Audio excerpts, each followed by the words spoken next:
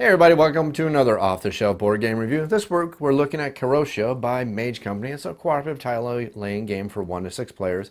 Now this is a game for the younger crowd. It does say on the box it plays for ages 8 and up, but this is definitely a game that can be very easily played with a younger crowd all the way probably down to the age of 5.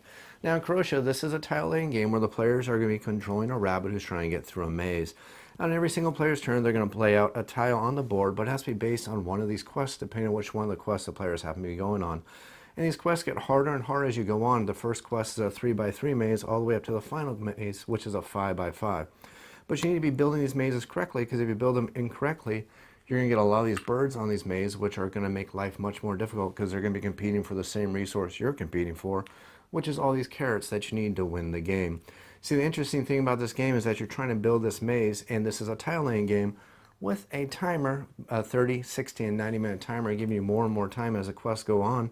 But after you're done with the tile laying segment of the game, if you build your maze incorrectly, you're going to have penalties of extra birds added to the maze.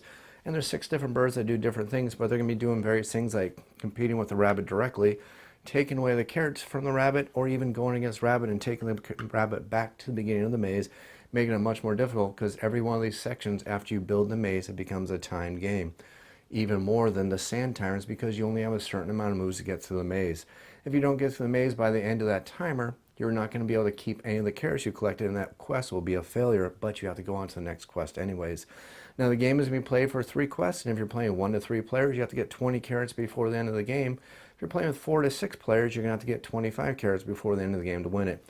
On top of that, every single one of the players is going to get a special rabbit character card, which is going to give them a special power that they can use once per maze, and it is going to give them some extra abilities to make the game a little bit easier, or it can be used to increase the challenge depending on which one of these powers you decide to add to the game, because some of them can make the game easier and some of them can make it much more tougher.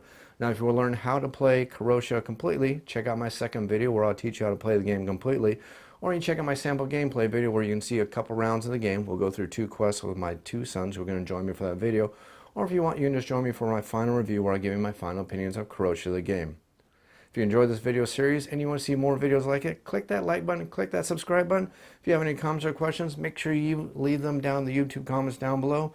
You can also feel free to email me off the shelf board game reviews. That's otsbgr@gmail.com. As always, thanks for watching.